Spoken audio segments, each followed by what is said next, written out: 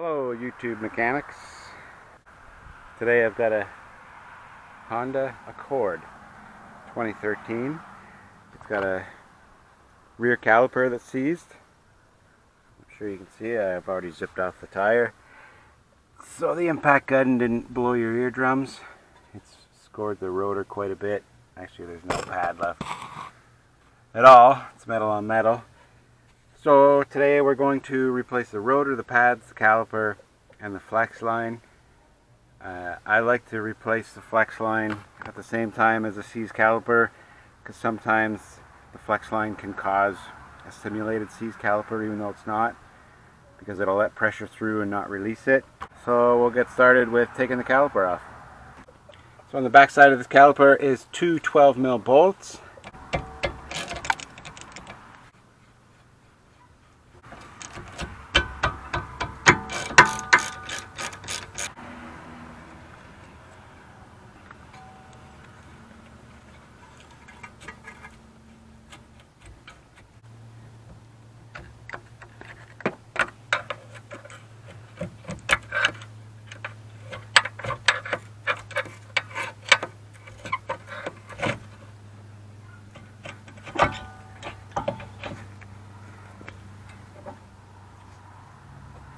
As you can see on this caliper, the pins were they're greased really well, so that definitely wasn't a problem.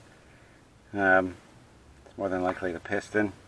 So now we'll just go ahead and zip off our bracket here that holds our pads.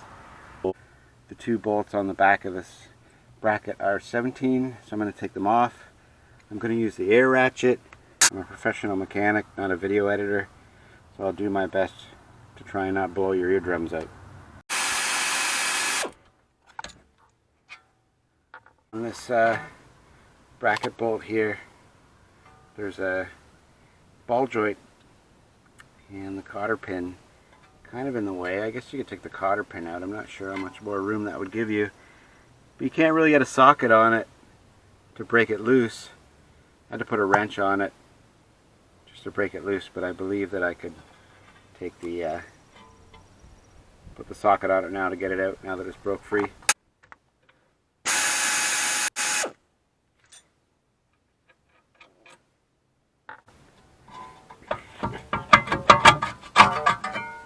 And there we have it. Bracket off with pads. We're not going to reuse any of this. All this comes new with the new caliper. It's hard to see because it's a little covered in grease, but something Honda does, on this side there's a hole with threads in it, and over here there's actually a screw inside. It's got a tapered shoulder, and they put those in just to seat the rotors flat. Sometimes they just don't come out and you have to drill them. They're not really necessary, but use a punch screwdriver and I'll get it out. And that's pretty much the only way you can get it out, unless you're lucky enough and someone's anti-seized it and you can thread it out by hand. I'll definitely try that first. I'll just put a screwdriver on it, but if not, we'll have to get out the old tool, pound it out. Alright, so I'm just going to put a little screwdriver in here and no, it's not going to turn out by hand. So here's the tool I was talking about.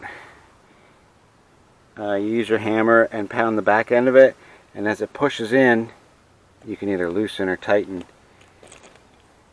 So what we want to do is when we hit it with the hammer, we want it to back the screw out. So this is a really good way, maybe the only way of sometimes getting these out. It works great. I just saw it turn. No, not yet. There we go. There it comes.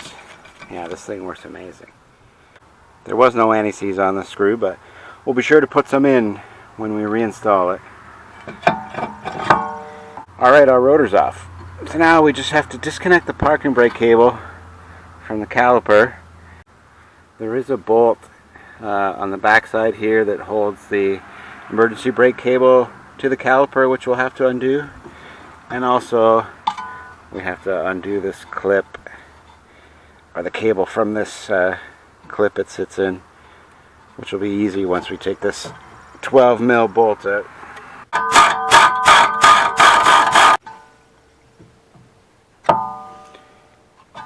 So that's how easy that is.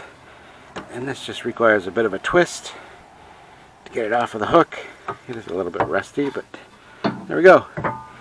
Caliper completely unhooked other than the flex line.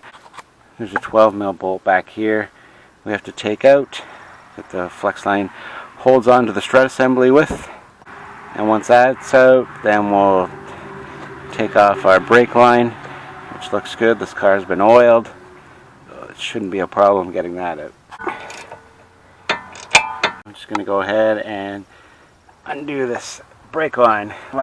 So I'm just undoing the top flex line here. They use a bit of a clip. You can usually just pry it out with a screwdriver. I've already got it started, and I'll just show you what it looks like once I get it out. That's all it is. It just looks like that, and there's a groove in the flex line. Just holds it in place. This flex line was a 10 mil. I didn't have a line wrench for it, so I was just using an open end. Thankfully it was easy to come out. This is working out just splendid. Alright. We've got our old caliper flex line off and everything.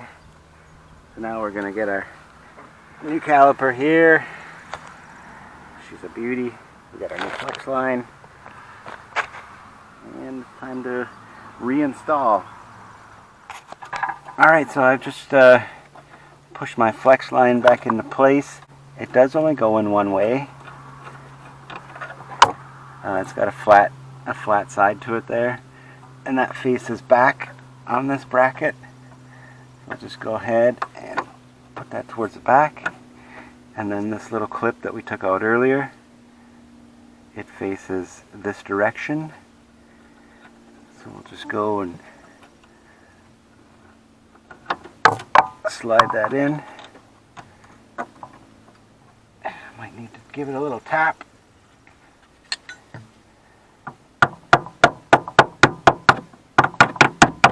Alright, installed. Now we'll tighten down our nut off our brake line.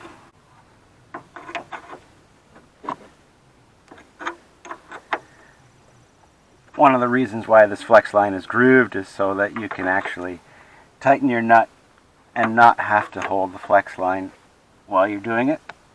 So that's handy. There we go. That is tight. Our flex line here. There's brake fluid dripping out of it already, which is great, because it just has to be bled anyway. And we'll go and mount the flex line back in this clip. Alright, so I've got our new caliper bracket here. I've got the flex line just sitting here waiting to be reattached. One thing I like to do, these pins come greased from the factory, but I just like to give it a little bit more. So to get your pins out, if you're not sure, you could just pull back this rubber. It sits inside a groove on the pin right here. So we'll pull those out. There's a little bit of grease, but not enough in my opinion. So I just take it. I use Clean Flow brake lubricant. It is a special high temperature grease. I just squeeze a bit out, put it inside the boot, run my pin up and down a few times, and the same on this side. Squeeze a bit out,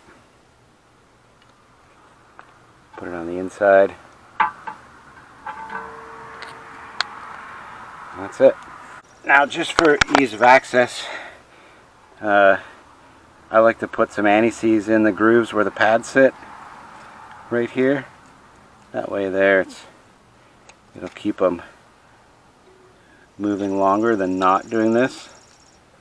And you can do it again should you ever choose to service your calipers in the future, which is always a good idea, at least the pins. Now they're good. Next thing I like to do is just put a little bit of anti-seize around the hub. Sometimes when you're taking your rotor off, it's really jammed and you got to pound the crap out of it. So we'll put it on. Like that. Set our new rotor in place. Here's a little screw, again, to hold our rotor on. If you have to drill this out or break it, it's really not a priority. It really just holds it straight so that when you're putting things back together, the rotor isn't twisted in any way. And again, it's no big deal. If you don't have it, you don't need to use it. So I'm going to go ahead, put the caliper bracket back on. And it's mounted with those two 17mm bolts.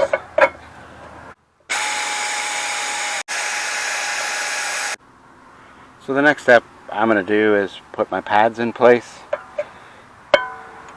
Just like that. I put an orange silicone on the back. It's called Disc Brake Quiet, and it just helps prevent any squealing down the line. It'll help hold the pad to the caliper. Now this bracket came with new clips. Typically I don't like to use new clips because sometimes they don't fit properly, but I am using these springs that came with the pads, and all they do is put a little bit of pressure on the pad to pull it away from the rotor once the caliper is released. We're going to put the emergency brake back into the clip like this, and put the bracket back in place just like that. We'll put the 12mm bolt back in. Pretty self-explanatory the way it goes. It can only go one way.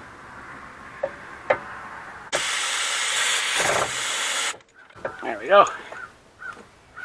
Now we'll mount our caliper.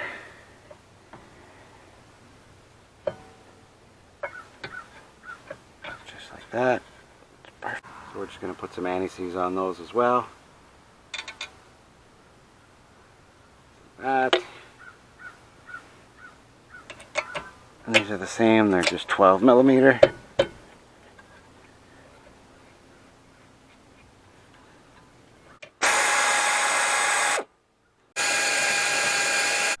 Okay guys, so it's time to attach this flex line to the caliper. Typically your caliper comes with a new bolt to hold the flex line in. This one didn't, so we're just going to reuse the old one.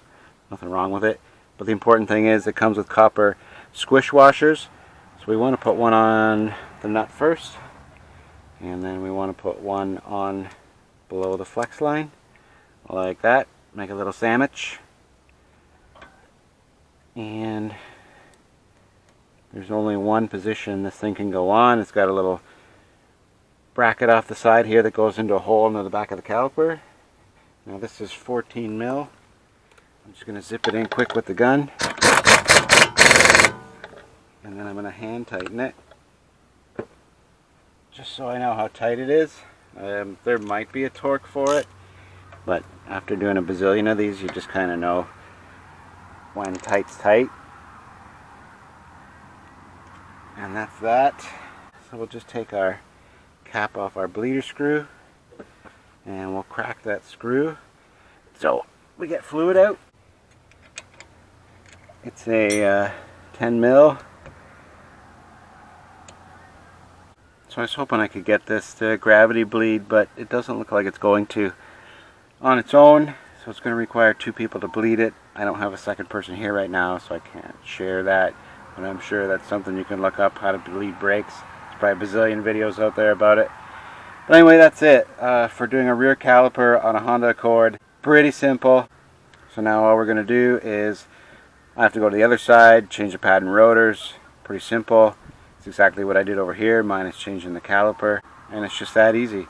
So I hope if you've looked this video up to do this job, I hope it allows you to do it, keeps you out of the garage, saves you a ton of money, and best of luck. Thanks for watching guys, and we'll see you in the next video.